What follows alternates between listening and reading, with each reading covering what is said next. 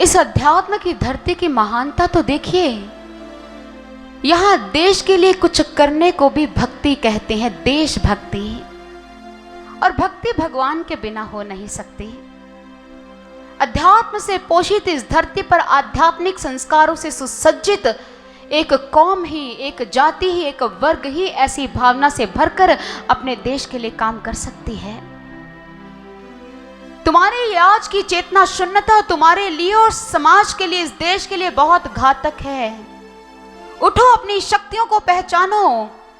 तुम ब्रह्मवादिनी बन सकते हो, तुम मार्गदर्शिका बन सकती हो, तुम समाज को जगाने का संकल्पपूर्ण कार्य कर सकती हो। ये देश तुम्हारी पुकार कर रहा है, ये माटी तुम्हें पुकार रही है। संतों महापुरुषों ने भी कहा, उत्तिष्ठत जाग्रत प्राप्य वरान्नि बोधत। उठो, जागो और अपने लक्ष्य को प्राप्त करो। इसलिए तुम्हें भी जागने की जरूरत है। उठ तो तुम चुके हो लेकिन जागे नहीं हो। ये जागरण आत्मिक जागरण की ओर इशारा है, आध्यात्मिक उत्थान की ओर इशारा है। उस अध्यात्म के बिंदु को प्राप्त कर अपना आध्यात्मिक विकास करो और राष्ट्र के लिए उपयोगी कार्य करो, ताकि राष्ट्र की प्रगति दोहरी हो जाए। तुम्हारी चेतना शून्यता राष्ट्र की प्रगति में बाधक हुई पड़ी है माताओं। इसलिए ज्ञान को प्राप्त कर समाज और राष्ट्र के उत्थान में अपना योगदान दो। भगवान श्री कृष्ण जी ने नारी जाति के उत्थान के लिए कार्य किया। सर्वश्री आशुतोष महाराज जी भी नारी जाति के उत्थान के लिए कार्य कर रहे हैं, नारी सशक्तिकरण के लिए कार्य कर रहे हैं, लेकिन कोरी बातों से नहीं, नारी को अंदर से मजबूत कर रहे हैं। आत्मिक ज्ञान के द्वारा उन्हें आत्मिक शक्ति प्रदान कर रहे हैं, ताकि वो अपने जीवन में नई स्थितियां खुद तैयार कर पाए और अपने जीवन के संकटमय रास्तों से निकलकर अपनी मंजिल को हासिल कर पाए। भगवान श्री कृष्ण वृंदावन में अभी भी बाल लीलाएं कर रहे हैं, लेकिन इस समय उनकी बुद्धि का विकास बहुत हो चुका है। समस्या के हर पक्ष पर विचार करना, उसे तोलना, उसका विश्लेषण करना प्रभु श्री कृष्ण जी के स्वभाव के अभिन्न अंग बन चुके हैं। किसी प्रौढ़ गोप की मानिंद वो भरे समाज में अपनी समस्या रखता है और उस समस्या का समाधान मांगता है, और जब कोई समाधान नहीं दे पाता तो बाल कृष्ण स्वयं ही समस्या का समाधान बताने लग जाता है। और आज वृंदावन में उत्सव की तैयारियां हो रही थी। चारों तरफ भाग दौड़ मची हुई है। कोई दूध ला रहा है, कोई माखन ला रहा है, कोई हवन सामग्री का प्रबंध कर रहा है, कोई तरह तरह के खाद्य पदार्थ एकत्रित कर रहा है। कृष्ण ने आज पूछ लिया, बाबा ये क्या हो रहा है? बाबा ने कहा, अरे कन्हाई, उत्सव की तैयारियां चल रही हैं। उत्सव? कौन सा उत्सव? अरे हम इंद्रोत्सव मनाने जा रहे हैं। इंद्रोत्सव? इंद्रोत्सव यानी कि इंद्र का उत्सव? हाँ कन्हाई, इंद्र का उत्सव। ये इंद्र कौन है? बाबा ने कहा, इंद्र ये वर्षा के देवता हैं। ये समस्त प्राणियों को तृप्त करने वाला और जीवन दान देने वाला जल बरसाते हैं। मनुष्य की खेती इत्यादि प्रयत्नों को फल देने वाले ये इंद्र देव ही हैं। और ये इंद्र पूजा हमारी कुल परंपरा से चलती आ रही है। बाबा, अगर इंद्र की पूजा ना करे तो क्या होगा? अरे इंद्र की पूजा तो करनी चाहिए, अगर पूजा ना की तो वो हमें दंडित करेंगे। कान्हा ने कहा, बाबा एक बात कहूं, यज्ञ में ढेरों प्रकार की सामग्री हम अग्नि में अर्पित करते हैं। बड़े परिमाण में दूध, घी, अन्न इत्यादि की आहुति देते हैं। क्या इसीलिए कि हम इंद्र से भय खाते हैं? अगर हम आहुति नहीं देंगे तो इंद्र कुपित हो जाएंगे। तो बाबा ये उत्सव कहाँ हुआ? ये तो भय के पीछे छिपा हुआ एक उत्सव है। भय से भीरुता आती है, आनंद नहीं मिलता। आनंद तो उत्सव मनाने से मिलता है, ये उत्सव नहीं है। बाबा मैं इसे भीरुता का नाम देता हूँ। आप दंडित होने के भय से उत्सव मना रहे हैं, कहीं इंद्रदेव कुपित होकर हमें दंड ना दे दे। बाबा मैं ऐसे उत्सव से सहमत ही नहीं हूँ। बाबा ने कहा कि तू चाहता क्या है? अगर हम उत्सव नहीं मनाएंगे। एक वृद्ध गोप ने बात काटते कहा, अरे कन्हाई मुझसे बात कर, क्यों आपत्ति है तुझे? मैंने कहा, बाबा मैं नहीं चाहता इंद्र का उत्सव मनाया जाए। हम कायर हैं, हम किसी से डरते हैं कि हमें उसकी पूजा करनी ही पड़ेगी, हम पूजा क्यों करें? अरे कन्हाई ऐसी बातें मत कर। अगर हमने इंद्र की पूजा नहीं की तो अपने वज्र से हमारा वध भी कर सकते हैं और फिर हमारे जीवन में अमंगल ही अमंगल हो जाएंगे। वृद्ध बाबा की बात सुन कान्हा ने कहा, बाबा मैं एक बात कहना चाहता हूं, सभी मेरी बात सुनो। अब कृष्ण ने अपनी बात को व्यक्त करना शुरू किया। उन्होंने कहा, कर्मणा जायते जंतु कर्मणैव विलीयते, सुखं दुखं भयं क्षेमं कर्मणैवाभिपद्यते, अस्ति चेदीश्वरः कश्चित् फलरूप्येण कर्मणं कर्तारं भजते स्वपि न ह्यः कर्तुं प्रभुर्हि स, किमिन्द्रिणेह भूतानां स कर्मानुवर्तिनां अनिशेनान्यथा कर्तुं स्वभावविहितं नृणां, स्वभावतन्त्रो हि जनः स्वभावमनुवर्तते, स्वभावस्थमिदं सर्वं स देवासुरमानुषं, देहानुच्चावचान् जन्तुः प्राप्तोत्सृजति कर्मणा शत्रुर्मित्रमुदासीन कर्मैव गुरुरीश्वरः, तस्मात् सम्पूजेत् कर्म स्वभावस्थ स्वकर्मकृत अंजसा येन वर्तेत तदेवास्य हि दैवतम्, आजीव्यैकतरं भावं यस्तन्यामुपजीवति न तस्माद् विन्दते क्षेमं जारं नार्य सति यथा, वर्तेत ब्रह्मणा विप्रो राजन्यो रक्षया भुवः, वैश्यस्तु वार्थया जीवेषु द्रस्तु द्विज सेवया, कृषि वाणिज्य गोरक्षा कोसीदं तुर्यमुच्यते, वार्ता चतुर्विधा तत्र वयं गोवृत्तयोनिशम्,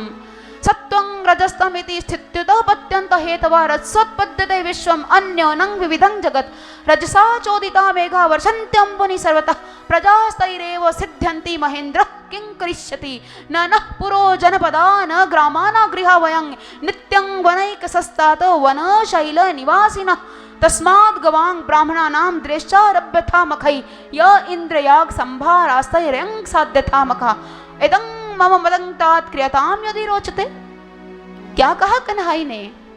कन्हाई ने कहा, देखो बाबा, हर एक प्राणी कर्म के अनुसार पैदा होता है और कर्म के अनुसार ही मर जाता है, कर्म के अनुसार ही उसे सुख दुख भय मंगल इत्यादि निमित्तों की प्राप्ति होती है। जो मानव अपने जीवन में अच्छे कर्म करता है उसे सुख मिल जाता है, आनंद मिल जाता है, बुरे कर्म का फल तो फिर उसे भोगना ही पड़ता है, उसे दुख झेलना पड़ता है। यानी कि अगर हमारे कर्मों के आधार पर हम इस जीवन में फल प्राप्त कर रहे हैं और हमें अपने कर्मों को भोगना ही है, तो इंद्र ने क्या किया?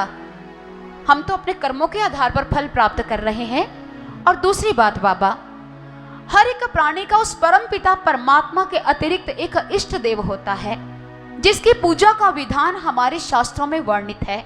जैसे ब्राह्मण लोग अध्ययन अध्यापन के द्वारा अपनी आजीविका का निर्वाह करते हैं, और इसके अतिरिक्त जो दूसरा वर्ग है जिसे देश के रक्षक कहा जाता है, वो इस पृथ्वी के पालन के द्वारा अपनी आजीविका का निर्वाह करते हैं। और तीसरा वर्ग है वैश्य वर्ग, जो अपनी वार्ता वृत्ति से अपनी आजीविका का निर्वाह करता है। हमारी आजीविका का साधन क्या है? गौ, ये गोधन। इन गौओं से प्राप्त दूध हम बाजार में देते हैं, माखन देते हैं, घी बेचते हैं, और उससे हमारी आजीविका चलती है। ये हमें सब कुछ देने वाली है। कभी इस गोधन की पूजा की जो इंद्र की पूजा करते आ रहे हो? इंद्र ने क्या दिया? जो दे रहा है ये गौ माँ दे रही है। बाबा मेरी बात सुनो, ये संसार 3 गुणों से निर्मित है, सत्वगुण, रजगुण और तमगुण। रजगुण की प्रेरणा से बादल बनते हैं और वर्षा होती है, नदियां तालाब सागर सब भर जाते हैं। ये तो रजोगुण की वजह से वर्षा हुई, तो इंद्र ने वर्षा कहां से कर दी? इंद्र वर्षा का देवता कहां से हुआ? इसलिए बाबा इंद्र की पूजा क्यों कर रहे हो? पूजा करनी है तो इसे धरती माँ की करो, जो हमें खाने के लिए अन्न देती है, रहने के लिए स्थान देती है, खेलने के लिए पर्वत घाटी देती है। ये धरती माँ और ये गोधन हमारे लिए सब कुछ कर रहा है। हमने कभी इनकी पूजा की? कभी मन में विचार आया कि धरती माँ और गौ माँ की पूजा कर ली जाए? ये मेरा मत है कि अगर पूजा करनी है तो गोधन की करो, धरती माँ की करो। अगर आपको मेरा प्रस्ताव अच्छा लगता है तो स्वीकार कर लो, अन्यथा मैं जा रहा हूं। नन्हे से बालक के क्रांतिकारी विचार सुनकर सभी हतप्रभ रह गए। ब्रज में रहकर मात्र कृष्ण का विकास नहीं हो रहा था, कृष्ण के साथ साथ सारे ब्रज का विकास हो रहा था, और वह श्री कृष्ण के साथ रह रहकर राजनीति भी समझने लगे थे, और वो विश्व की प्रथम जन क्रांति के अग्रदूत बनने जा रहे थे। और आज कान्हा की इस बात को हर एक व्यक्ति ने दिल से स्वीकार किया, और उन्होंने कहा, कान्हा इस धरती माँ की पूजा तो कर लेंगे, लेकिन कोसों तक फैली हुई ये ब्रज भूमि कहाँ कहाँ जाकर पूजा करेंगे? कान्हा ने कहा, आपने अभी तक इंद्रदेव को देखा नहीं है, और प्रतीक के रूप में पूजा करते आ रहे हैं। इसी प्रकार ये विशाल जो ब्रज भूमि है इसका भी हम एक प्रतीक निर्धारित करेंगे। वो प्रतीक है ये गोवर्धन पर्वत। हम आज के बाद धरती माँ का प्रतीक गोवर्धन, इसकी पूजा करेंगे, इसकी आराधना करेंगे। नन्हे से बालक के इस प्रस्ताव से सभी सहमत हो गए और एक ने कहा कि कहना हमें तो पूजा करनी आती नहीं है। कहना ने कहा पूजा की क्या बात है, पूजा पद्धति मैं बता देता हूँ, जैसे जैसे कहता हूँ वैसे वैसे करते चले जाओ। और इतने में एक बाबा कहने लगे, कहना क्या तुम्हारा ये गोवर्धन भगवान हमें दर्शन देगा? कहा हाँ हाँ, मेरा गोवर्धन भगवान तो ईश्वर का भी ईश्वर है, वो अवश्य दर्शन देगा। और कहना की बात को सुनकर सभी प्रसन्न हो गए और सभी ने कहा कहना फिर शीघ्र अतिशीघ्र गोवर्धन भगवान की पूजा करवाओ और ताकि हम अपने प्रभु के दर्शन कर ले। कहना ने कहा ठीक है, समस्त प्रकार की हवन सामग्री, ये खाद्य पदार्थ, ये यमुना नदी का जल कलशों में भर भर कर गोवर्धन पर्वत के समीप पहुंचाया जाए और खाद्य पदार्थों से लदे हुए शकट शीघ्र अतिशीघ्र गोवर्धन पर्वत के समीप पहुंचाए गए और ग्वाल बाल नदियों से जल भर भर कर स्वर्ण कलश में जल ला रहे हैं और गोवर्धन पर्वत के समीप पहुंचा रहे हैं। समस्त ब्राह्मण समाज वहां पर पहुंच गया, स्वस्ति वाचन हो रहा है। आज हमारे गोधन बड़ा प्रसन्न है क्योंकि गोई नवनवेली दुल्हन की माने सजाई गई हैं। शीश पर पत्ते, कंठ में घंटियां, गले में फूल माला और गोवत्सों का उत्साह ही निराला है। गोवत्स प्रसन्नता के साथ रंभा रहे हैं और सांडों की गर्जना और गंभीर घोष से जो ध्वनि उत्पन्न हो रही है उससे गोप समाज का हर्ष बढ़ता चला जा रहा है और गोपांगनाओं की उपस्थिति ने उत्सव को और भी मनोहर बना दिया और रंग बिरंगी चुनरियां उड़ रही हैं, गोए दौड़ रही हैं, भाग रही हैं। आज उनका पूजा उत्सव है और सभी इतने प्रसन्न हैं, सारे कहना के पीछे पीछे चल रहे हैं और शीघ्र अतिशीघ्र जब सारी सामग्री और समस्त ग्वाल बाल, समस्त गोधन, गोप समाज, वृद्ध समाज, गोपांगनाओं का समूह वहां पर पहुंच गया तो भांति भांति के गंध, माल्य इत्यादि पदार्थों के साथ सारा वातावरण सुवासित हो गया। मंत्रोच्चारण के साथ गोवर्धन भगवान का स्वागत सत्कार पूजन किया। स्वर्ण कलशों में जो यमुना का जल था उससे गोवर्धन पर्वत के चरण प्रक्षालित किए गए। सभी इतने प्रसन्न है कि सच्चे मन से उन्होंने गोवर्धन भगवान की आरती की। उन सभी ने सच्चे मन से प्रार्थना की कि हे प्रभु अपने दर्शन दीजिए और हमारे इस प्रसाद को स्वीकार कीजिए। बस सच्चे मन से प्रार्थना करने की देरी थी कि शंख की ध्वनि से आकाश गुंजायमान हो गया और उसी वक्त भगवान श्री कृष्ण एक विशाल रूप धारण कर उस गोवर्धन पर्वत के शीर्ष भाग पर स्थिर हो गए और उन्होंने कहा शैलो अस्मिति, मैं ही गिरिराज हूँ, मैं ही गिरिराज हूँ। और ऐसा कहकर वो सारी सामग्री आरोगने लगे। एक एक भक्त का भाव प्रभु के चरणों में पहुंच रहा है और प्रभु उनके भावों को ग्रहण कर रहे हैं और प्रभु स्वयं ग्वाल बालों के बीच में, अपने गोकुल वासियों के बीच में अपने बालक रूप में भी खड़े हैं ताकि उनके अंदर यह विचार ना आए कि मैं ही जगत नियंता तत्व हूँ। और प्रभु ने अपना विराट रूप सामने उपस्थित किया हुआ है। हर कोई प्रभु की मनोहर छवि को देख रहा है। आज गिरिराज की मनोहर छवि को देखकर सभी कृतकृत्य हो रहे हैं, सभी खुश होकर, प्रसन्न होकर अपने प्रभु का वंदन कर रहे हैं और गोवर्धन भगवान की जय जयकार कर रहे हैं। आइए उनके साथ हम भी अपने गिरिराज की जय जयकार करें। जय हो वृंदावन, जय हो गोवर्धन, जय हो वृंदावन, जय हो गोवर्धन, जय हो वृंदावन, जय हो गोवर्धन, जय हो वृंदावन, जय हो गोवर्धन, जय हो वृंदावन, जय हो गोवर्धन। जय जयकार बोलो, जय जयकार बोलो, जय जयकार बोलो, जय जयकार बोलो, जय जयकार बोलो, जय जयकार बोलो, जय जयकार बोलो, जय जयकार बोलो। जय हो वृंदावन, जय हो गोवर्धन, जय हो वृंदावन, जय हो गोवर्धन, जय हो वृंदावन, जय हो गोवर्धन, जय हो वृंदावन, जय हो गोवर्धन।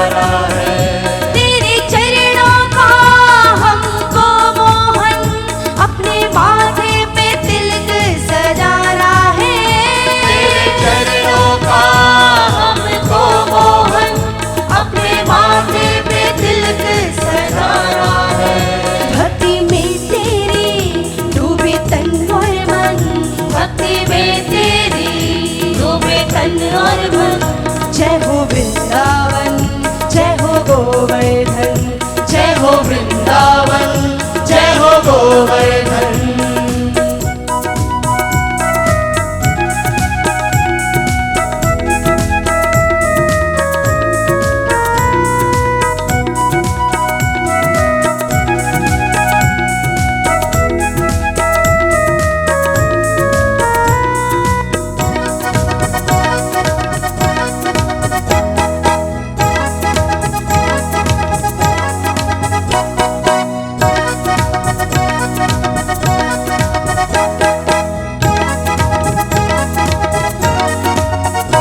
माँ यशोदा का तू तो प्यारा है, नंद बाबा का तू ही दुलारा है। माँ यशोदा का तू तो प्यारा है, नंद बाबा का तू ही दुलारा है। इस कलयुग में अपने भक्तों का मेरे मोहन तो सच्चा सहारा है। इस कलयुग में अपने भक्तों का मेरे मोहन तू सच्चा सहारा है। मेरा तन मन धन है तुझे अर्पण, मेरा तन मन धन है तुझे अर्पण। जय हो वृंदावन, जय हो गोवर्धन, जय हो वृंदावन, जय हो गोवर्धन। जय हो वृंदावन, जय हो गोवर्धन, जय हो वृंदावन, जय हो गोवर्धन, जय हो वृंदावन, जय हो गोवर्धन। जय जयकार बोलो, जय जयकार बोलो, जय जयकार बोलो, जय जयकार बोलो। जय जयकार बोलो, जय जयकार बोलो, जय जयकार बोलो, जय जयकार बोलो। जय हो वृंदावन, जय हो गोवर्धन, जय हो वृंदावन, जय हो गोवर्धन, जय हो वृंदावन, जय हो गोवर्धन, जय हो वृंदावन, जय हो गोवर्धन, जय हो वृंदावन, जय हो गोवर्धन। आज प्रभु की मनोहर छवि के दर्शन कर प्रत्येक गोकुलवासी प्रसन्न है। गिरिराज के दर्शन हुए हैं। तदुपरांत समस्त गोपियां बैलों से जुते हुए शकटों पर सवार होकर गिरिराज की परिक्रमा करने के लिए उद्यत हो गई। आज वो अत्यंत प्रसन्न है, प्रभु के मनोहर छवि के दर्शन हुए हैं। और इधर इंद्रदेव ने जब यह देखा एक नन्हे से बालक ने मेरी पूजा बंद करवा दी है और बदले में गिरिराज की पूजा करवाई है, तो इंद्रदेव जो अभिमान से ग्रसित थे अत्यंत कुपित हुए और क्रोधावस्था में आकर उन्होंने भगवान की दी हुई शक्ति का दुरुपयोग करते हुए मूसलाधार वर्षा कर दी। इतनी मूसलाधार वर्षा सारा गोकुल ही जलथल हो गया। गोकुल गांव के नीचे वाले भागों में तो पानी की मात्रा बहुत ज़्यादा बढ़ गई और वो समस्त लोग अपने गोधन के साथ, अपने पशुधन के साथ, अपने बच्चों, अपने शकटों के साथ, अपने खाद्य पदार्थों के साथ ऊपर वाले भाग की ओर बढ़ते चले जा रहे हैं। चारों तरफ त्राही त्राही मच गई है। झंझावात के झपाटों के साथ पशु ठिठुरने लगे और गोधन के रंभाने की ध्वनि मानो एक भयंकर और विभीषक वातावरण की सृष्टि कर रही थी। गौशालाओं की छतें टूटने लगी। सब भाग रहे हैं, दौड़ रहे हैं, रक्षा की गुहार कर रहे हैं और सभी को इसी समय एक ही रक्षक नजर आ रहा है कि कृष्ण ही हमारी रक्षा कर सकता है। और दौड़ते दौड़ते वो हमारे घनश्याम को पुकार रहे हैं, कृष्ण कृष्ण महाभागं पन्नाथं गोकुल वत्सल भगवान, हे कृष्ण हमारी रक्षा करो। और उसी वक्त एक वृद्ध गोप ने कहा, मैंने कहा था ना, मैंने कहा था इंद्र की पूजा बंद मत करो, इस कुल परंपरा का परित्याग मत करो, लेकिन तुमने भी एक बालक के बहकावे में आकर इस कुल परंपरा का परित्याग कर दिया। अब झेलो इस इंद्रदेव के कोप को, अब किसको पुकार रहे हो।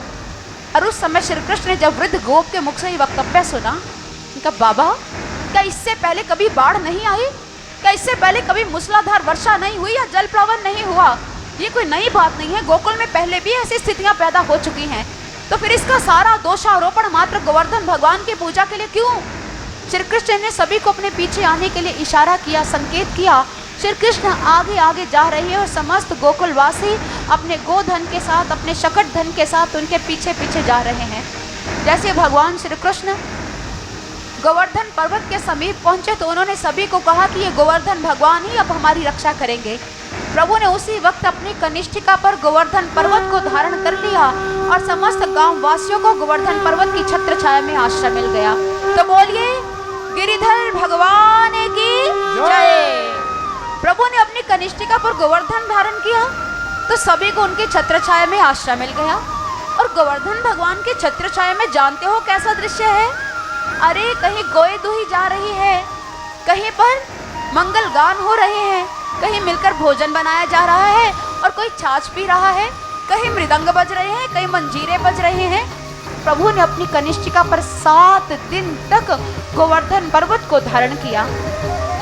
इंद्रदेव ने जब यह देखा 7 दिन तक इतना विशाल पर्वत और एक नन्हे बालक ने धारण किया है, यह देखकर इंद्रदेव का अभिमान भंग हो गया।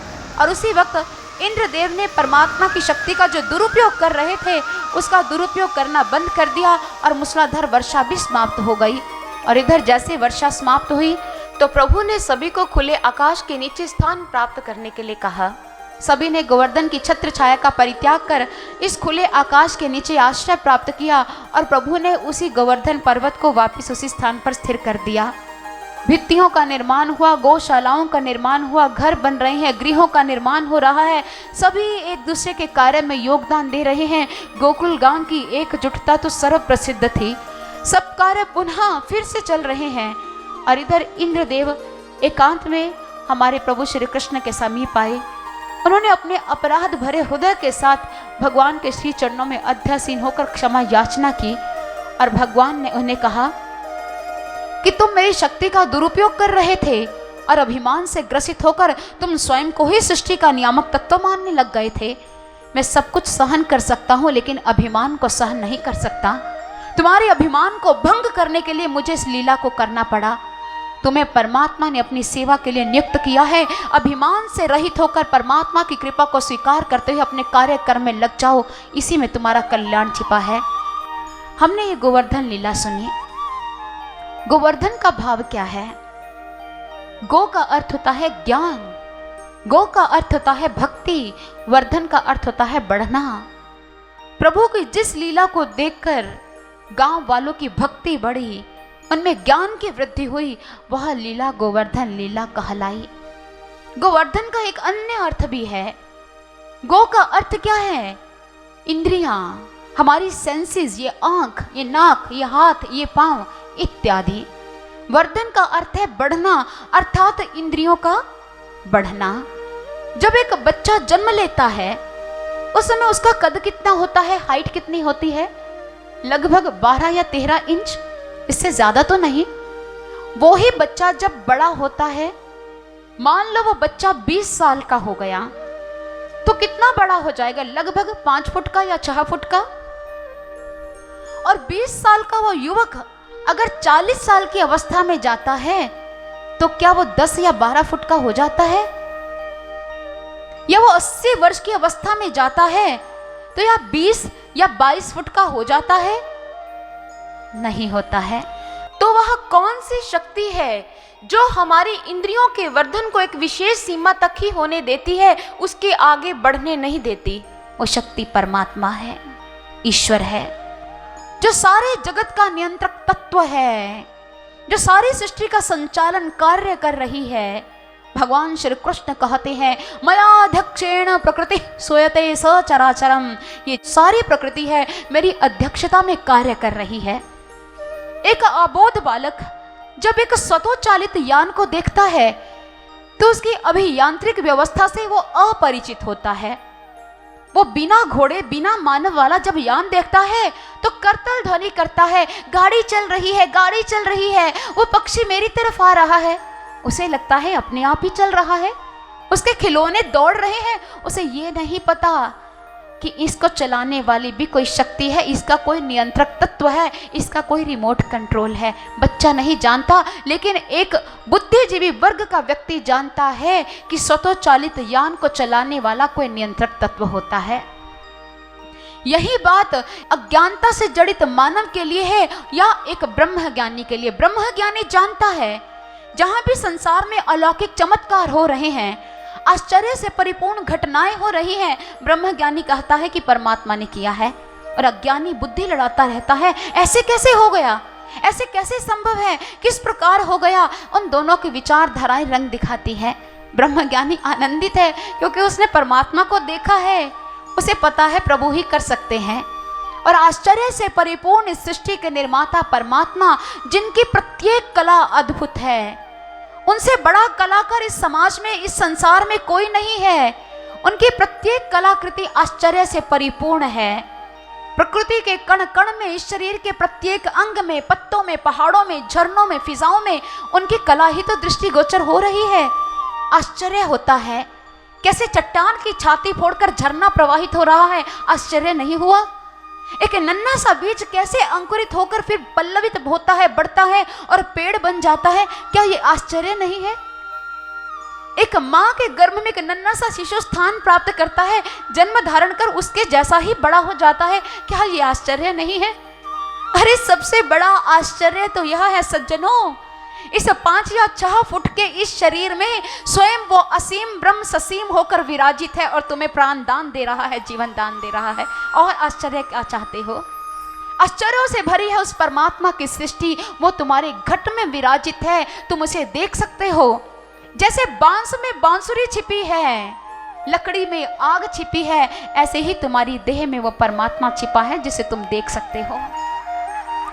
बहुत सारे लोग तर्क करते हैं ईश्वर को देखा नहीं जा सकता। ईश्वर को घट के अंदर देखना तो बिल्कुल वैसे है जैसे हाथ पर सरसों उगाना।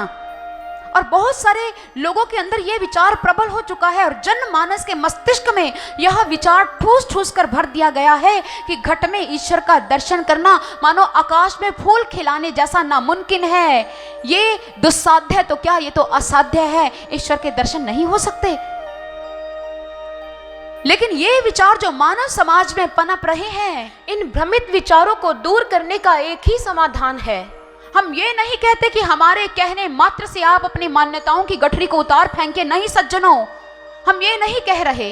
हम पिछले कई दिनों से एक बात बुलंद स्वर में कह रहे हैं कि हमने सर्वश्री आशुतोष महाराज जी की कृपा से अपने घट में ईश्वर के तत्व स्वरूप के दर्शन किए हैं। कितने लोग इस बात को सहजता से मान पा रहे हैं।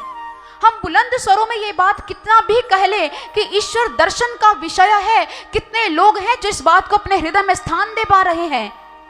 कितने लोग, निसंदेह बहुत कम। ऐसी घटना विवेकानंद जी के साथ भी घटित होती थी। विवेकानंद जी जब लोगों को यह कहते कि मैंने अपने गुरु की कृपा से अपने घट में ईश्वर के प्रकाश रूप के दर्शन किए हैं, उस दिव्य संगीत को श्रवण किया है, अमृत रस का पान किया है, परमात्मा का वो मधुर नाम जो मेरी श्वासों में चल रहा है उसकी सुगंधि को मैंने अनुभव किया है, लोग विवेकानंद जी की बात को मानते नहीं थे। विवेकानंद जी विदेशी धरती पर खड़े हैं, उनके सामने बहुत सारे लोग हैं जो उनसे प्रश्न पूछ रहे हैं, और उन विदेशी लोगों के प्रश्न पूछने पर विवेकानंद जी ने जवाब दिया, तुम लोग मुझसे यह पूछ रहे हो कि क्या मैंने सामने खड़े वृक्ष की तरह इसी तरह परमात्मा को देखा है। तो अगर मैं कहता हूं कि हाँ, जैसे मेरे सामने ये वृक्ष है बिल्कुल ऐसे मैंने परमात्मा को देखा है, तो क्या तुम मेरी बात मान लोगे। या मैं ये कह दूं कि साक्षात परमात्मा तुम्हारे सामने प्रकट होकर यह कह दे कि मैं ईश्वर हूं, मैं परमात्मा हूं, तो क्या तुम परमात्मा की बात को मान लोगे। तब भी तुम इनकार करोगे। साक्षात परमात्मा आकर अपने अस्तित्व की बात करे तो तुम लोग इनकार करोगे, हम नहीं मानते कि व्यक्ति विशेष भगवान कैसे हो सकता है। क्या तुम्हें यह नहीं पता कि भगवान जब भी इस धरती पर लीला करने आते हैं तो नर्तन में आते हैं, तुम्हें धर्म से जोड़ने के लिए, तुम्हारे घट में ईश्वर को प्रकट करने के लिए। इसलिए सज्जनों, अपनी मान्यताओं की गठरी को अगर फेंक देना चाहते हो तो हमारी बातों से मत फेंकिए, प्रयोगात्मक परीक्षण करके देख लीजिए। प्रयोगात्मक परीक्षण, जो हम बात कह रहे हैं उसे अपनी अनुभव की आंच पर तपा कर देख लीजिए। अनुभव की आंच पर तपाना कैसे होता है।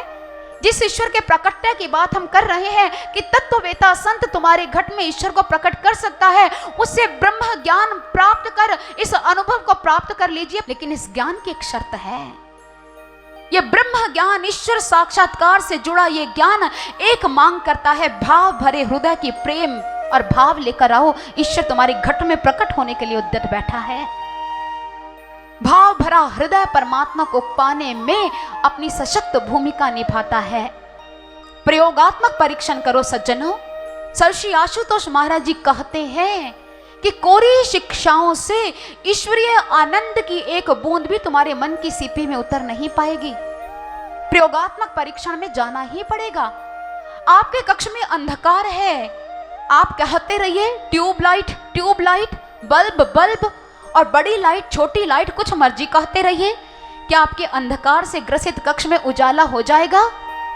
नहीं होगा सज्जनों। लेकिन तुम्हारे एक संकेत पर तुम्हारे उस अंधकार से भरे कक्ष में प्रकाश की अनेकों जीवंत किरणें थिरक सकती हैं। बस ट्यूबलाइट को प्रायोगिक स्तर पर जला लेने से तुम्हारे कक्ष में प्रकाश हो जाएगा। इसी तरह के अनेकों अलंकार हमारे सिद्ध पुरुषों ने हमारे समक्ष रखे। खांड खांड कहे मुख नहीं मीठा होए, मुख तो मीठा होए खांड के ही खान से। नीम नीम कहे मुख नहीं कड़वा होए, मुख तो कड़वा होए नीम के चबान से। खाली नीम की चर्चा करने से मुख कड़वा हुआ? नहीं हुआ। चीनी की चर्चा करने से मुख में मिठास आई? नहीं आई। सज्जनों, तो ईश्वर की चर्चा करने मात्र से ईश्वर घट में प्रकट कैसे हो सकता है? अगर इस ईश्वर को प्रकट करना चाहते हो तो तत्ववेता संत के पास जाकर अंतर्दृष्टि प्राप्त कर लो, ईश्वर प्रकट हो जाएगा। क्योंकि अंतर्दृष्टि वो द्वार है जो ईश्वर को देखने में अपनी भूमिका निभाता है, अपने कर्तव्य कर्म का निर्वाह करता है। प्रयोगात्मक परीक्षण की जरूरत है, जैसे तुम संसार के हर क्षेत्र में करते हो। उदाहरण के तौर पर हम इलेक्ट्रोमैग्नेटिक स्पेक्ट्रम की बात करते हैं, इंद्रधनुष, विब गायर की बात, 7 रंग दिखाते हैं। 7 रंग होते हैं इंद्रधनुष के, violet, indigo, blue, green, yellow, orange, red, ये विब गायर है। मानव ने ये 7 रंग अपनी आंखों से देखे। जब मानव को यह पता चला कि इन 7 रंगों से परे भी ऐसे इंफ्रारेड और अल्ट्रावायलेट कलर्स हैं, ऐसी वाइब्रेशंस हैं जो वो इन आंखों से नहीं देख सकते, तो मानव ने क्या किया, विज्ञान ने क्या किया, कुदरत के विरुद्ध एक चुनौती छेड़ दी, एक जंग छेड़ी कि हमें वो रंग क्यों नहीं दिखाई देते जो 7 रंगों से परे के रंग हैं। और उस समय हमारे वैज्ञानिकों ने कुछ आविष्कार किए, कुछ यंत्रों के आविष्कार हुए और इंफ्रारेड और अल्ट्रावायलेट कलर्स को ऐसे उम्दा सेंसर्स और डिटेक्टर्स के द्वारा इजाद कर लिया। अर्थात वो रंग जो तुम आंखों से नहीं देख पाते थे, यंत्रों के द्वारा तुमने रंगों को भी, उन वाइब्रेशंस को भी दृश्यमान किया। फिर तुम्हें पता चला तुम्हारे जो कान है 20 हर्ट्ज से 20 किलो हर्ट्ज तक की ध्वनि सुन सकते हैं। इससे परे की जो आवाज है उसके प्रति हम बहरे हैं। ठीक, अब विज्ञान को जब इस बात का पता चला कि हम बस इतनी ही ध्वनि सुन सकते हैं, इससे परे की फ्रीक्वेंसीज के प्रति हम बहरे हैं, ऐसा कैसे हो सकता है? विज्ञान ने खोज की, यंत्रों का आविष्कार हुआ, तो उन्होंने क्या किया, साउंड मॉनिटर्स और ट्रांसलेटर्स इजाद किए और उन आवाजों को जो कर्णातीत थी, आपने उन आवाजों को भी सुन लिया। आपने इस क्षेत्र में भी विजय श्री का वर्ण किया, आपको बधाई हो हमारी तरफ से। फिर विज्ञान को पता चला, संत समाज यह कहता है कि ईश्वर है, परमात्मा है, इस ब्रह्मांड को जन्म देने वाली कोई शक्ति है। बहुत खोजें हुई, बहुत आविष्कार हुए, लेकिन इस आविष्कार में वो असफल हो गए, वो परमात्मा को ढूंढ नहीं पाए। लेकिन जहां सारी दुनिया का विज्ञान असफल हुआ, वहां भारत देश के संत सफल हो गए। उन्होंने कहा कि हाँ, हमारे पास ऐसा यंत्र है जिसके द्वारा तुम घट में ईश्वर के दर्शन कर सकते हो। वो यंत्र कोई और नहीं, वो रिसीवर कोई और नहीं, वह यंत्र दिव्य दृष्टि है, जिसकी चर्चा भगवान श्री कृष्ण ने श्रीमद् भगवद गीता में की। भगवान श्री कृष्ण ने अर्जुन को कहा था, अर्जुन मैं तुझे विज्ञान सहित ज्ञान देने जा रहा हूं, जिसका अर्थ क्या है, वो ज्ञान जो प्रैक्टिकल है, जो प्रयोगात्मक है, यानी कि कोई बातें नहीं है, तुम अपने घट में ईश्वर के दर्शन कर सकते हो। भारत देश की अध्यात्म के धनी संतों ने उस यंत्र का आविष्कार किया और ईश्वर को लोगों के घट में प्रकट कर दिया। तुम भी चाहते हो तो सर्व श्री आशुतोष महाराज जी की कृपा से उस ज्ञान को प्राप्त कर ईश्वर का साक्षात्कार अपने ही हृदय में, अपने घट में कर सकते हो। और इसलिए सज्जनों, इन बातों को यही मत छोड़कर जाइए। इन बातों को जो आप सुन रहे हो, श्रवण के बाद अगला सोपान है मनन करना। घर में जाकर मनन करना, मन में मंथन की प्रक्रिया को जन्म देना कि आज तक कथा बहुत सुनी है, कहानियां बहुत सुनी है, लेकिन ईश्वर का साक्षात्कार कराने वाले संत का संदेश अभी तक नहीं मिला। और अगर आज प्रभु की कृपा से आपको संदेश मिला है तो क्यों ना उसके द्वारा ब्रह्म ज्ञान को प्राप्त कर हम अपने जीवन को सफल कर लें। और जब भक्त अपने घट में ईश्वर को देख लेता है फिर क्या होता है? फिर ईश्वर के नाम की मस्ती चढ़ती है, ईश्वर के नाम की दीवानगी होती है और श्याम को अपने घट में देखकर वो श्याम का दीवाना बनकर रह जाता है। अपने सांसारिक कर्तव्यों का निर्वाह तो करता है लेकिन उसका आनंद खत्म नहीं होता, आनंद उसके हर एक कर्म में उसका साथ देता है।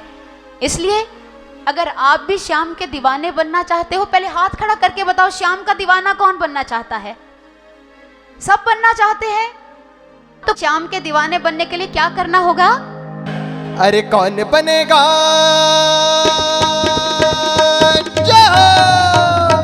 कौन बनेगा श्याम दीवाना, अपने हाथ उठाओ। अरे कौन बनेगा श्याम दीवाना, अपने हाथ उठाओ। माया के झंझट को छोड़ो, मायापति को पाओ। फिर तो तुम्हारे न्यारे करेंगे शाम हमारे, फिर तुम्हारे न्यारे करेंगे शाम हमारे, फिर तुम्हारे न्यारे करेंगे शाम हमारे। अरे कौन बनेगा श्याम दीवाना, अपने हाथ उठाओ। कौन बनेगा श्याम दीवाना, अपने हाथ उठाओ। माया के झंझट को छोड़ो, मायापति को पाओ। फिर तो तुम्हारे न्यारे करेंगे शाम हमारे, फिर तुम्हारे न्यारे करेंगे शाम हमारे, फिर तुम्हारे न्यारे करेंगे शाम हमारे।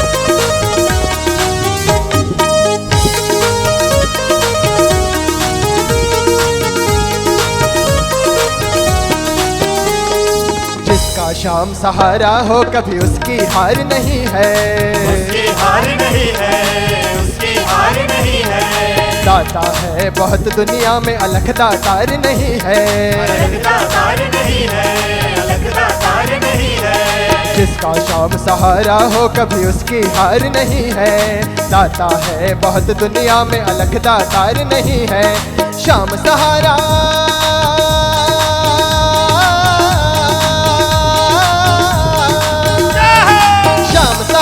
सबका प्यारा, तुम भी उसको ध्याओ।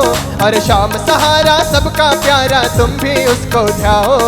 माया के झंझट को छोड़ो, मायापति को पाओ। फिर तो तुम्हारे न्यारे करेंगे शाम हमारे, फिर तुम्हारे न्यारे करेंगे शाम हमारे, फिर तुम्हारे न्यारे करेंगे शाम हमारे।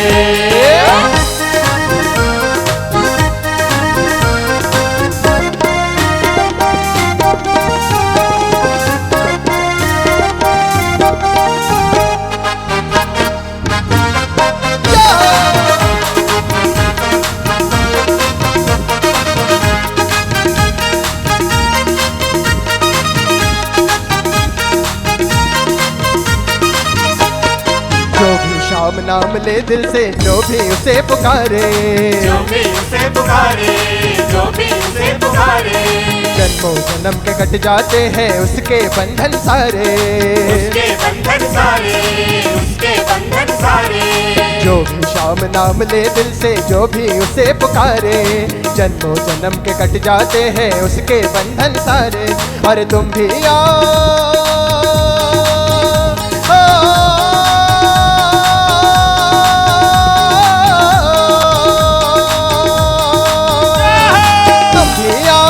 झुकाओ दामन को भर जाओ। और तुम भी आओ, शीश झुकाओ दामन को भर जाओ। माया के झंझट को छोड़ो, मायापति को पाओ। फिर तो तुम्हारे न्यारे करेंगे शाम हमारे, फिर तुम्हारे न्यारे करेंगे शाम हमारे, फिर तुम्हारे न्यारे करेंगे शाम हमारे। अरे कौन बनेगा श्याम दीवाना अपने हाथ उठाओ, और कौन बनेगा श्याम दीवाना अपने हाथ उठाओ।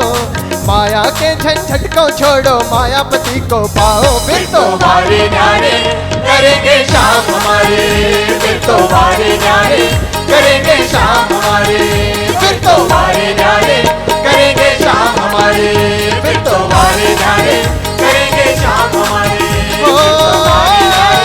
करेंगे श्याम हमारे, फिर तुम्हारे न्यारे करेंगे श्याम हमारे, फिर तुम्हारे न्यारे करेंगे श्याम हमारे, फिर तुम्हारे न्यारे करेंगे श्याम हमारे, फिर तुम्हारे न्यारे करेंगे श्याम हमारे, फिर तुम्हारे न्यारे करेंगे श्याम हमारे, फिर तुम्हारे न्यारे करेंगे श्याम हमारे, फिर तुम्हारे न्यारे करेंगे श्याम हमारे, फिर तुम्हारे न्यारे करेंगे श्याम हमारे, फिर तुम्हारे न्यारे करेंगे श्याम हमारे। अब तो वारे नारे करेंगे श्याम हमारे। इस प्रकार गोवर्धन लीला के अंतर्गत गोवर्धन शब्द के अनेकों अर्थों से आप अवगत हुए। गोवर्धन शब्द का एक अन्य अर्थ भी है, गौ का वर्धन करना। लेकिन लोगों के दिलों में वास करने वाले श्री कृष्ण जी की धरती पर आज गौ का वर्धन नहीं, गौ का कत्ल हो रहा है। जहां पहले कभी दूध की नदियां बहा करती थी, आज खून की नदियां बहा करती हैं। गौ मां का कत्ल कर कोई मां के हित चिंतक के दिल में स्थान कैसे बना सकता है? गाय तो विश्व की माता है, गावो विश्वस्य मातरः। ऋग्वेद में उसे अघन्य कहा गया और अथर्ववेद में सभी धनों की धन कहकर संबोधित किया गया। लेकिन हिंदू संस्कृति की ध्वजावाहक गाय को उसके गुणों के चलते ही ये दर्जा दिया गया है। गौ मां की महानता से अनभिज्ञ होने के कारण भ्रष्ट बुद्धि के लोग गौ की हत्या करते हैं। कोई समय था पहले हर घर में गाय हुआ करती थी। स्वतंत्रता से पूर्व भारत देश में कुछ ही बूचड़खाने थे, लेकिन अब असंख्य बूचड़खाने हैं जहां असंख्य पशुओं को मारा जा रहा है। मद्रास में अंगोल, कलकत्ता में कांसी, केरल में कंगायत और मुंबई में गिरी नस्ल की गोई कट रही है। ये भारत देश की तस्वीर है जिसमें हर युग में भगवान धर्म की स्थापना के लिए अवतार धारण करते हैं। विप्रधेनु सुर संत हित लीनः मनुज अवतार। जिन गौओं की रक्षा के लिए भगवान स्वयं मनुज रूप में धरती पर आते हैं, आज उन्हीं की धरती पर गौओं का ह्रास हो रहा है। गोधन में वृद्धि नहीं हो रही, गोवंश की हीनता हो रही है। और ये विडंबना और कदरथना की बात है। ये भारत देश जो अपनी संस्कृति के लिए प्रसिद्ध है और आज उसी संस्कृति के मान बिंदुओं की हत्या की जा रही है। भगवान श्री कृष्ण के भक्त तो हम हैं, गोपाल के भक्त तो हम कहलाने लग गए, लेकिन गोपाल के सिद्धांतों को अपने जीवन में आत्मसात नहीं कर पाए हैं। अगर हम सचमुच में गोपाल के भक्त होते तो अमेरिका, यूरोप, ऑस्ट्रेलिया इत्यादि देशों की बजाय हमारे देश में गौओं की संख्या कम ना होती। आज सारे विश्व में जितनी गौएं हैं उनका मात्र 12% हिस्सा भारत देश में निवास करता है, फिर भी हम गोपाल के भक्त हैं। आज का अर्थशास्त्र कहता है बूढ़ी गाय या बूढ़े बैल को जीवित रखना प्रत्यक्ष अर्थ हानि है। जहां कसाई के द्वारा मरवा दिए जाने पर हमें मांस की प्राप्ति होती है, वहां समय और स्थान की भी बचत होती है।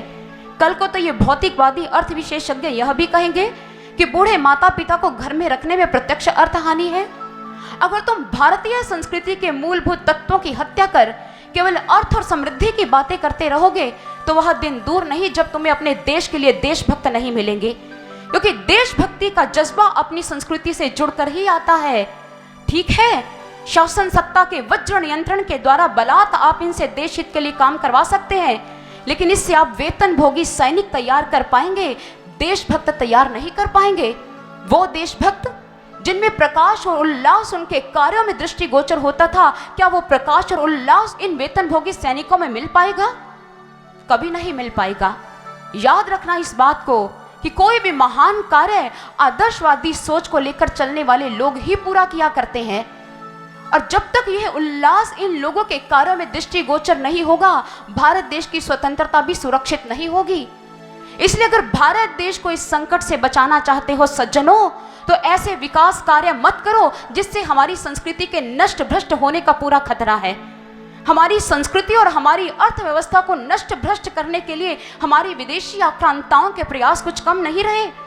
जब उनको यह पता चला कि हमारी अर्थव्यवस्था का आधार हमारा गोधन है, तो उन्होंने अपनी षड्यंत्रकारी नीतियों के द्वारा हमारे देश में गोधन की हत्या करवानी शुरू कर दी। लेकिन गोवंश का पूर्णतः ह्रास ना होते देखकर बैल भी काटे जाने लगे और 1857 का स्वतंत्रता संग्राम जो हुआ उसमें चर्बी वाले कारतूस की घटना इन परिस्थितियों का एक विशेष अंग बनी। गोवंश की रक्षा के लिए समितियां बननी शुरू हो गई, आंदोलन चलने लगे, स्वतंत्रता की मांग पुरजोर हुई और लोगों ने बढ़ चढ़कर स्वतंत्रता संग्राम में हिस्सा लिया। देश के भावी कर्णधारों ने दावे करने शुरू कर दिए कि सत्ता पर आसीन होते ही हमारा प्रथम कर्तव्य ही यही होगा, गोवंश की हीनता पर विराम लगाना और गोधन में वृद्धि करना। देश को आजाद हुए बहुत साल व्यतीत हो गए। सज्जनों, मुझे यह बताओ, क्या गोवंश की हीनता पर विराम लगा? क्या गोधन की वृद्धि के लिए नए नए प्रयास किए गए? भारतीय संविधान की 48वीं धारा में यह कहा गया कि भारत सरकार गाय, बछड़े, दूधारू पशु या खेती में उपयोग में आने वाले पशुओं का संरक्षण करेगी। लेकिन कितना संरक्षण हुआ? क्या गोपालकों की कठिनाइयों को समझा गया? मेरी बात को गलत मत लेना, मैं ये नहीं कह रही कि कोई प्रयास नहीं हुए, लेकिन जितने प्रयास हुए वो पर्याप्त नहीं थे। अगर वो प्रयास पर्याप्त होते तो आज गोवंश का इतना ह्रास ना हो रहा होता, अभी तो गोधन में वृद्धि हो रही होती। श्रद्धापरक चर्चा करने मात्र से या मात्र समितियां बनाने से समस्या का समाधान नहीं मिलने वाला। समस्या का समाधान चाहिए तो हमें उठना होगा, आवाम को जागना होगा, हमें गोव्रती बनना होगा और भारत को इस संकट से बचाने के लिए भारतीय संस्कारों को सुदृढ़ करना होगा। और भारतीय संस्कारों को अगर सुदृढ़ करना चाहते हो तो भारतीय मान बिंदु की रक्षा करनी बहुत जरूरी है। और गौ माता हमारी संस्कृति का अति श्रेष्ठ मान बिंदु है। गौ माता की हत्या अपने आप में एक जघन्य पाप है और पाप कर्म से अर्जित धन से आज तक कोई राष्ट्र उन्नति नहीं कर पाया है। और गौ हत्या से मिलने वाले डॉलर्स भारत को इतना पतन की गर्त में धकेल देंगे कि इसे खड़ा करने के लिए, इसे उबारने के लिए भगवान को अथाह पुरुषार्थ करना पड़ेगा।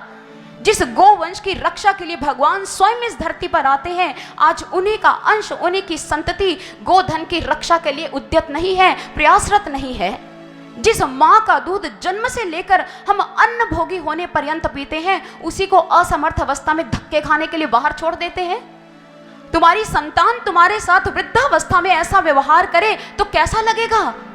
बहुत बुरा लगेगा। इसलिए सज्जनों, किसी प्राणी के प्रति, किसी जीव जंतु के प्रति वैसा व्यवहार मत करो जो उनके अनिष्ट का कारण हो। आप सोचिए, अगर आपके साथ ऐसा व्यवहार किया जाए तो क्या बीतेगी आपके दिल पर। इसलिए भारतीय संस्कारों को सुदृढ़ करने के लिए तुम्हें सजग होना होगा। हमारा एक राष्ट्रीय कर्तव्य है, वो क्या है? इसके प्रति आवाम सजग नहीं है। अगर हमारा कोई राष्ट्रीय पक्षी है, राष्ट्रीय पशु है, राष्ट्रीय गीत है, राष्ट्रीय गान है, तो राष्ट्रीय कर्तव्य भी तो होगा। और हमारा एक ही राष्ट्रीय कर्तव्य है, गोवंश की वृद्धि में पूर्णतः योगदान देना। लेकिन दुर्भाग्य की बात है, आज भारत देश में असंख्य गौओं की हत्या की जा रही है। सरकारी रिपोर्ट के मुताबिक 1952 और 53 में 40,10,000 गौओं की खाल बाहर भेजी गई, जिसका मूल्य 7,56,10,000 रुपए था। पूरे विश्व में ब्राजील ऐसा देश है जो एक साल में 22 लाख टन मांस का निर्यात करता है, जिनमें गौओं की संख्या सबसे ज्यादा है। दूसरा स्थान है ऑस्ट्रेलिया का। ऑस्ट्रेलिया में एक मीट इंडस्ट्री है जिसमें 1,21,000 वर्कर्स काम करते हैं। अगर वर्कर्स इतने हैं तो उनके व्यापार का अंदाजा लगाइए, कुछ मीट इंडस्ट्री में क्या कुछ नहीं होता होगा, कितने पशुओं का हनन होता होगा, कितनी गौओं की हत्या की जा रही होगी। 11.6 बिलियन डॉलर्स का उनका व्यापार पहुंच चुका है। और तीसरा स्थान है हमारे भारत देश का। यही विडंबना है, यही कदर्थना है। भारत देश में एक साल में 8 लाख टन मांस का निर्यात होता है, जिनमें गौओं की संख्या सबसे ज्यादा पाई जाती है। Food and Agriculture Organization of United Nations की रिपोर्ट बताती है कि 1980 में 6,62,99,600 पशु मांस सेवन हेतु बाहर भेजे गए और 2000 में 10,62,39,000 पशु मांस सेवन हेतु बाहर भेजे गए। और जो मांस बाहर भेजा गया, इसमें भी गौओं की संख्या सबसे ज्यादा थी। फिर भी हम कहते हैं कि हमारा भारत देश, जिसकी संस्कृति बड़ी उज्जवल है, उज्जवल तो थी, लेकिन जब जब हमने अपनी संस्कृति की तिलांजलि दी, तब तक हमारे देश में हमारी संस्कृति के मान बिंदुओं की हत्या की जाने लगी और भारत देश अपने गौरव से वंचित होता गया। जहां पर उन गौओं का इतना बुरा हश्र होता है, बुरा व्यवहार होता है, ऐसी गौओं को जगह जगह अनेकों बूचड़खानों में काटा जा रहा है। हम भारत देश की बात करते हैं, दिल्ली, हैदराबाद, औरंगाबाद, अलीगढ़, आंध्र प्रदेश, महाराष्ट्र, इनके सरकारी और गैर सरकारी बूचड़खानों में इन गौओं को मारा जा रहा है। इन गौओं को वहां पर भूखा प्यासा रखा जाता है जब ये बेचारी चलने में असमर्थ हो जाती है, और उस समय उनके पिछले पांव पर रस्सी बांधकर उनको उल्टा लटका दिया जाता है, और उसके पश्चात तेज धार हथियार के द्वारा उन पर वार कर उनके खून के पात्र भर लिए जाते हैं, और ये खून विदेशों में सप्लाई होता है। लोग अपनी जीवा के स्वाद के लिए इस रक्त का पान करते हैं। ये पाशविकता की चरम सीमा है। और जीवित गौओं की कहानी यही खत्म नहीं होती। इन बूचड़खानों में गौओं की कहानी आगे कहां तक जाती है। इन गौओं के ऊपर गर्म खौलता हुआ पानी डाल दिया जाता है। कारण, गर्म पानी डालने पर इनकी चमड़ी थोड़ी नर्म होती है और जीवित गौं की खाल उधेड़ने का कार्य शुरू होता है। वो रंभाती है, करुण क्रंदन करती है, और उस समय जो ये कार्य कर रहे होते हैं उनमें सात्विकता या उनमें मानवीयता नहीं होती। और जीवित गौं की खाल क्यों उतारी जाती है? क्योंकि जीवित गौं की चमड़ी पतली होती है, और पतली होने की वजह से महंगे दाम पर बिकती है। और गाय जब मृत हो जाती है, उनकी चमड़ी मोटी हो जाती है, उसका दाम बड़ा कम मिलता है, और इस प्रकार उनकी चमड़ी उतार ली जाती है। सिर्फ इतना नहीं, गर्भनी गाय को मारकर उसके अविकसित बच्चे को बाहर निकालकर पत्थर से कूट कूट कर उसके चमड़ी को उतार लिया जाता है, और उस अविकसित बच्चे की चमड़ी का नाम है कोमलोदर, जिससे ये बढ़िया किस्म की अटैची बनते हैं, बेल्ट बनती है, पर्स बनते हैं, जूते बनते हैं। और धनाढ्य वर्ग का एक अंग ऐसे चमड़े से बनी हुई वस्तुओं को धारण कर गौरव का अनुभव करता है। उन्हें लगता है ये बढ़िया किस्म का सामान हमें धारण करना चाहिए। हमें यह नहीं पता हमारी एक एक अनुचित रुचि किस प्रकार समाज में हमारी संस्कृति को नष्ट भ्रष्ट करने में पूर्ण सहयोग दे रही है। और वो बेचारी करुण क्रंदन करती है, वो रंभाती है। उन लोगों के सामने नहीं जो उन गौओं की खाल उतार रहे हैं, उन लोगों के समक्ष ये क्रंदन नहीं करती जो उनके ऊपर खोलता हुआ पानी डाल रहे हैं। वो क्रंदन करती है, अपने प्रभु को पुकारती है। वो रंभाती हुई अपने प्रभु को कहती है, कलयुग में एक बार कन्हैया ग्वाले बनकर आ जाओ, गैया तुम्हारी पुकार रही, आकर कंठ लगा जाओ। पैसे के लालच में हमको कटवाते मरवाते हैं, बहते खून को प्यालों में भर अपनी प्यास बुझाते हैं। तेरे युग की बातें कलयुग से मेल न खाती हैं, बनकर धेनु इस जग में हम अश्रु धारा बहाती हैं। कोई दौर था इस भूमि पर हमें माँ कहकर बुलाते थे, बड़े भारी मेले उत्सव में हमको खूब सजाते थे। समय के पहिए के संग संग किस्मत भी हमसे रूठ गई, कोई रक्षक होगा इस जग में, आशा की लड़ियां टूट गई। मैली चादर ओढ़ के सम्मुख मानवता से मोड़ रहे, छोड़कर अपनी संस्कृति को पैसे से नाता जोड़ रहे। तुम पर आशा टिकी है भगवन और न कोई दूजा है, अपने मन मंदिर में हमको तुमने ही तो पूजा है। तेरी भुजाओं के आलिंगन को हम बैठी तरस रही, हे माधव हे कृष्ण कन्हैया, अखियां हमारी बरस रही, अखियां हमारी बरस रही। वो रुदन करती हैं अपने घनश्याम के लिए, अपने कृष्ण के लिए, लेकिन उस समय कृष्ण उनके रुदन को सुनता है, संतों में जागृति पैदा करता है, और संत समाज को जगाने का कार्य करते हैं कि मेरी गोधन की रक्षा करो। अगर कृष्ण के दीवाने बनना चाहते हो, कृष्ण की अनुकंपा को पाना चाहते हो, तुम्हें कृष्ण की गो की रक्षा करनी पड़ेगी, गो वंश की वृद्धि में योगदान देना पड़ेगा।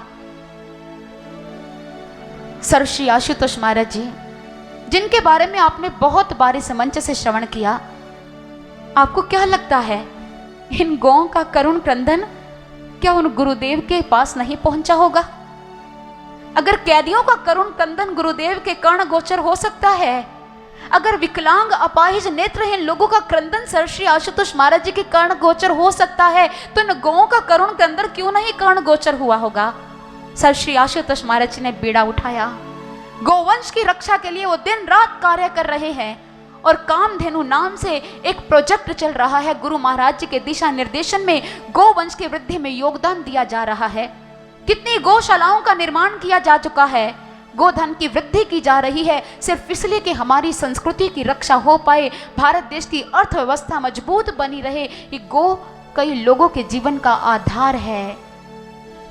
इससे सर्षि आशुतोष महाराज जी ने जो ये अभियान शुरू किया है कामधेनु गोधन की वृद्धि के लिए, गौ की रक्षा करने के लिए, इसमें प्रत्येक व्यक्ति को बढ़ चढ़कर योगदान देना होगा, क्योंकि कोई भी कल्याणकारी कार्य एक यज्ञ की मानिंद होता है और यज्ञ कोई व्यक्ति अकेला नहीं करता। इसमें कितने ही लोग अपनी आहुति डालते हैं। विश्व मंगल गोग्राम यात्रा जो इसी प्रांत कार्यालय के द्वारा यहाँ शुरू हुई थी और सफलतापूर्वक संपन्न हुई थी, उसमें भी दिव्य ज्योति जागृति संस्थान ने अपना विशेष योगदान दिया था। गोवंश की वृद्धि के लिए वो आगे बढ़ रहा है। और सर्षि आशुतोष महाराज जी कहते हैं कि गाय जो अमृत तुल्य दूध देती है, जो जीवन दान देती है, गाय के वरदान अनंत हैं। ये कामधेनु गाय है, लेकिन विडंबना की बात है, जिस गाय की छत्र छाया तले पंचगव्य की सौगात मिली, उसी गाय का, उसी गोवंश का इस धरती पर ह्रास हो रहा है। इसे सर्षि आशुतोष महाराज जी कहते हैं, ह्रास होने का कारण क्या है? मानव की मानसिकता दूषित हो गई है, और मानसिकता को दूषित होने से बचाने के लिए और दूषित मानसिकता को स्वच्छ करने के लिए एक ही औषधि है जिसकी चर्चा भगवान श्री कृष्ण जी ने की, वो है ब्रह्म ज्ञान। हमें लोगों की मानसिकता को बदलना है। मानसिकता शुद्ध हो गई तो गोवंश में वृद्धि अपने आप हो जाएगी। इसलिए सज्जनों, गोधन की वृद्धि के पीछे कोई रूढ़िवादिता नहीं है।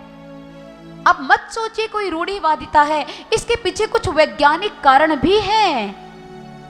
गाय पर्यावरण संरक्षण का सशक्त माध्यम है। आज विश्व ग्लोबल वार्मिंग की समस्या से जूझ रहा है।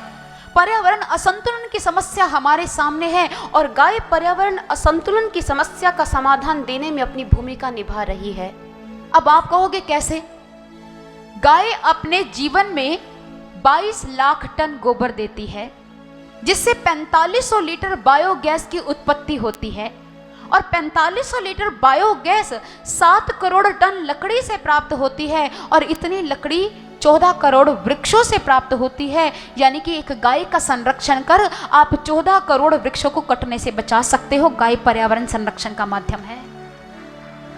गाय स्वास्थ्य संरक्षण का भी माध्यम है। अब आप पूछोगे कैसे? गाय के दूध की महानता उसकी चिकनाई से नहीं होती। माताओं, चिकनाई मत देखा करो। गाय के दूध की उत्कृष्टता उसमें व्याप्त खनिज तत्वों से होती है। गाय के दूध में 21 प्रकार के एमिनो एसिड होते हैं, 19 प्रकार के नाइट्रोजन तत्व होते हैं, 5 प्रकार के फास्फोरस यौगिक होते हैं और 2 प्रकार की शर्करा होती है। 25 प्रकार के धातु तत्व हैं, 6 प्रकार के विटामिन हैं, 7 प्रकार के किण्व गाय के दूध में पाए जाते हैं, जो तुम्हारे शरीर को स्वस्थ रखने में अपनी भूमिका निभाते हैं। अन्य पदार्थों से प्राप्त प्रोटीन को तुम्हारा पाचन संस्थान भले ही अच्छी तरह ना पचा पाए, लेकिन गाय के दूध से जो प्रोटीन मिलता है उसे तुम्हारा पाचन संस्थान भली भांति और सबसे पहले पचाता है। गाय की रीढ़ की हड्डी में सूरज केतु नाड़ी होती है और वो सूर्य के प्रकाश से जागृत होती है।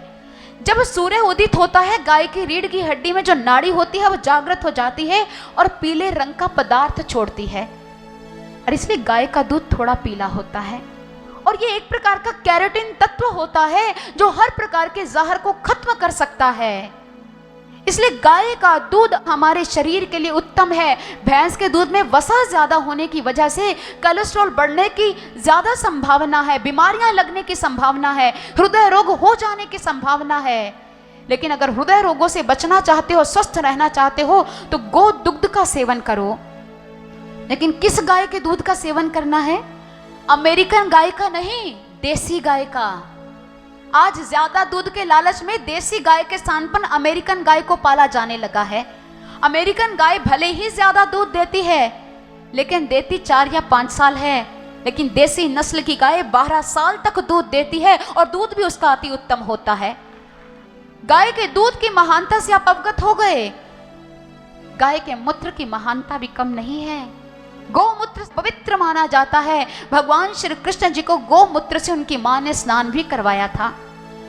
गौमूत्र पर हमारे भारत देश के महान मनीषियों ने खोज की, अनुसंधान किया, और ये 200 प्रकार के रोगों का शमन कर सकता है। कैंसर जैसे रोगों का निवारण भी गौमूत्र कर रहा है। अंग्रेजी दवाइयाँ खाकर जो हम स्वास्थ्य को प्राप्त करने की कोशिश करते हैं, अंग्रेजी दवाइयाँ अपना दुष्प्रभाव आपके शरीर में छोड़कर जाती है और गौमूत्र उस दुष्प्रभाव को भी खत्म करता है।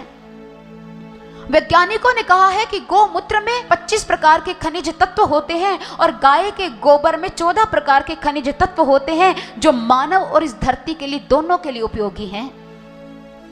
गाय के मूत्र में सोडियम, पोटाशियम, मैग्नीशियम, कैल्शियम ये सब कुछ पाया जाता है। और अमेरिका के वैज्ञानिकों ने जब भारत के संतों की यह बात सुनी कि गौमूत्र सचमुच रोगों का शमन करता है, मानव के जीवन में उनको रोगों से मुक्ति का दान दिलवाता है, तो उन्होंने जब अनुसंधान किया तो इन बातों को सत्य पाया और उन्होंने पेटेंट करवा लिया। आज अमेरिका देश में भी गौमूत्र बिक रहा है। गौमूत्र की महानता से वो देश परिचित हो गया, लेकिन भारत देश की जनता अभी भी सो रही है। ये दुर्भाग्य है।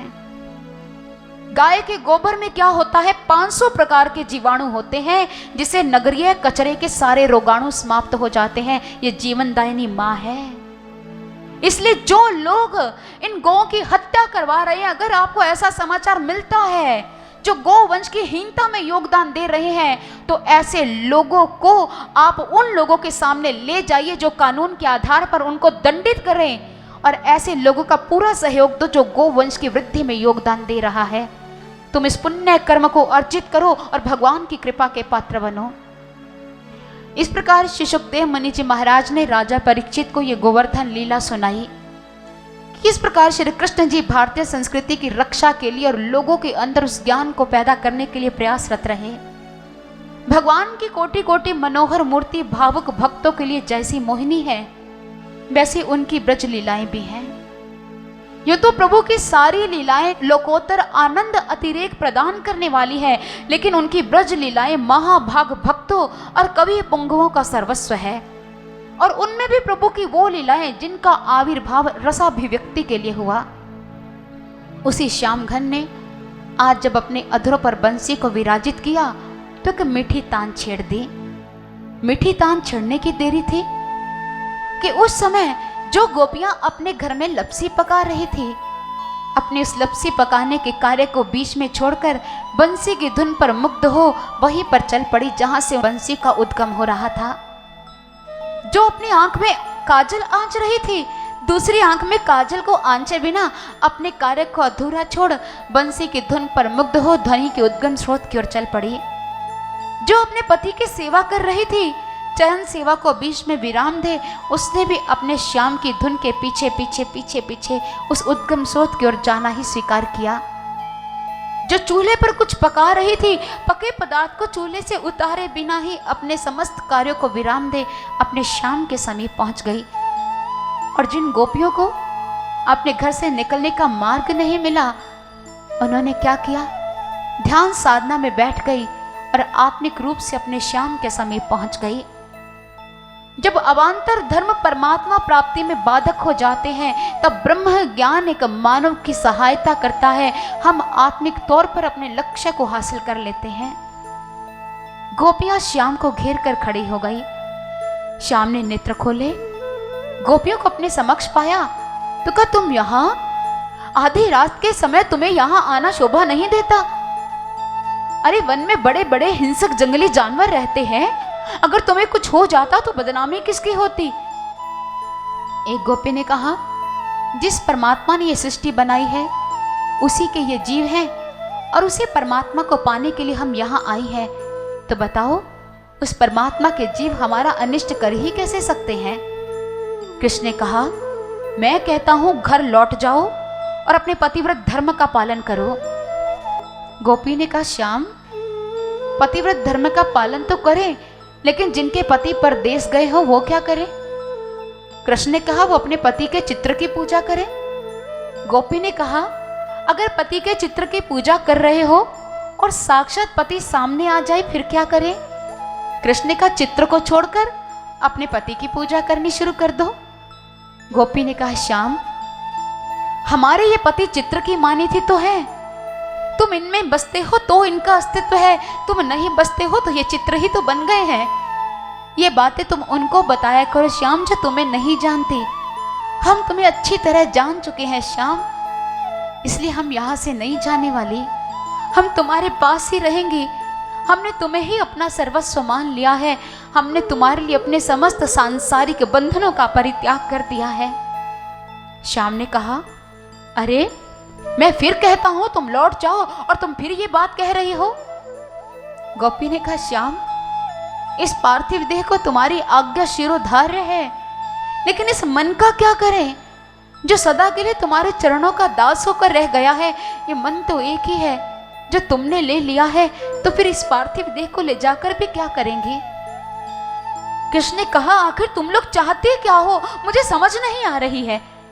संवेद स्वर में उन्होंने कहा, अधरामृत, पृथ्वी का एक नाम धरा है। धरती इति धरा, धरायाः अमृतं धरामृतं, धरामृतं न भवति इति अधरामृतम। जो इस धरती का अमृत है उसे धरामृत कहा जाता है, लेकिन जो यहाँ का नहीं है, जो लौकिक नहीं अलौकिक है, जो भौतिक नहीं अभौतिक है, जो पार्थिव नहीं अपार्थिव है, आज गोपियों ने उसी अपार्थिव रस की मांग कर ली। श्री कृष्ण ने कहा, यह तो मेरी इच्छा पर निर्भर है कि मैं अधरामृत दूं या ना दूं। गोपियों ने कहा, श्याम, हमने ये सुना है जब एक मानव मृत्यु शैया पर होता है तो जिस तत्व से भावित होता है उसी भाव को प्राप्त हो जाता है। जो भाव उसके भीतर चल रहे होते हैं वही भाव से वो भावित हो जाता है। हमने हर श्वास में तुम्हारा ध्यान किया है, हर श्वास में तुम्हारा स्मरण किया है, हर पल तुम्हारा चिंतन किया है। हम अपने जीवन की आखिरी घड़ियों में तुम्हारा ही स्मरण करेंगे। इसका मतलब मृत्यु के बाद तुझे ही प्राप्त हो जाएंगे। हम जीते जी अगर तुम्हें प्राप्त न कर पाई तो मृत्यु के बाद तो प्राप्त कर ही लेंगे श्याम, लेकिन हमें तो श्याम मिल जाएगा, तुम्हारी जग हसाई होगी। लोग कहेंगे, गोपियों ने विरह की अग्नि में जलते जलते अपने प्राणों का परित्याग कर दिया और श्याम इतने निष्ठुर निकले कि गोपियों की भौतिक रस को पाने की लालसा को पूर्ण भी नहीं कर पाए। यूं तो रूप सिंधु भगवान की पराजय कभी नहीं हुई, लेकिन आज रूप सिंधु भगवान का अभिभव हो गया, पराजय हो गई। गोपियों के समक्ष निरुत्तर हो गए। आज हमारे प्रभु विजय श्री का दान देने वाले आज हार गए। प्रभु ने कहा, तुमने मुझे मुग्ध कर लिया है, तुम्हारे प्रेम को प्राप्त कर मैं प्रसन्न और आनंदित हुआ। तुमने मेरे लिए समस्त अवान्तर धर्मों का परित्याग किया है, मैं तुम्हारी इच्छा को अवश्य पूर्ण करूंगा। अभी भगवान गोपियों को अधरामृत का दान देने ही जा रहे थे कि गोपियों के बीच से भगवान अंतर्धान हो गए। गोपियां विरह से व्यथित हो गई, उनके भगवान उनको दिखाई नहीं दे रहे।